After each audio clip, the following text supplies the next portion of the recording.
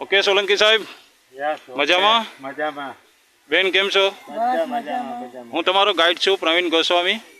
પેલા ગેટેથી હું તમને સમજાવતો લઈ ગયો છું. જ્યારે પેલી પથ્થરની ખાઈ શરૂ થઈ હતી ત્યાં બધું મેં તમને માર્ગદર્શન આપ્યું છે. ત્યાંથી પછી આપણે નીલમ માણેક તોપ ગયા હતા સાહેબ. ત્યાં પછી તમે પેલું દૂરબીન જોયું, જૂની દ્વારકા નગરી કેવી લાગી? બહુ સરસ લાગી. જોવી જોઈએ કે નહીં બધાએ? બધાએ જોઈએ, ખરેખર એક વખત જોવી જોઈએ. એક વખત આ લાવો લેવો જોઈએ જોવાનો. હા, ત્યાંથી પછી આપણે રાણક દેવીના રૂમો મેં બતાવ્યા, તાળું મારેલ હતું. એ પછી ઉપરનો માળ, બે બાળકોને કાપી નાખ્યા હતા. એ બધું તમને દેખાડ્યું ને મેં? બહુ ફાઇન રીતના બતાવી. અને એ પછી આપણે ગિરનારના દર્શન આવી રીતે સુતેલા એ કર્યા ને બધાએ. એ પછી આપણે બુદ્ધિસ્ટ કેવ એ તમને બહારથી બતાવી, વરસાદ ચાલુ હતો એટલે. એ પછી આપણે અડીચડી વાવ ગયા, કેટલા વર્ષે પાણી આવ્યું, કોણે બલિદાન દીધા પછી પાણી આવ્યું, આ બધું મેં સમજાવ્યું છે. તમે ઇંગ્લિશ લેંગ્વેજ તમને આવડે છે સારી, કેમ કે તમે પોતે લંડનથી આવો છો, તો થોડું બહારના લોકોને ખબર પડે.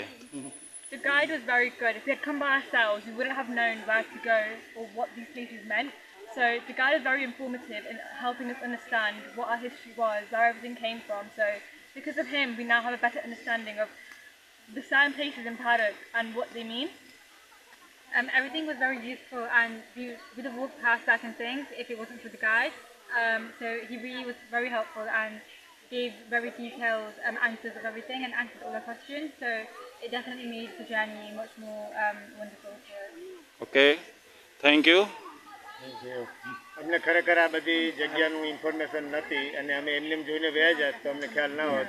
પણ ખરેખર હું બધાને અનુરોધ કરું છું કે અહીંયા આવો તો ગાઈડને સાથે લઈને તમે બધી ઇન્ફોર્મેશન લ્યો તો તમને ખબર પડે કે આ જગ્યાનું શું મહત્વ છે અને ખરેખર આ જોવાલાયક સ્થળ છે. બધા લોકો અત્યારે સાહેબ જોવા આવે છે, એને ખબર નથી કે ગાઈડ શું છે અને શું કહે પછી કે અહીંયા તો ખંડેર છે.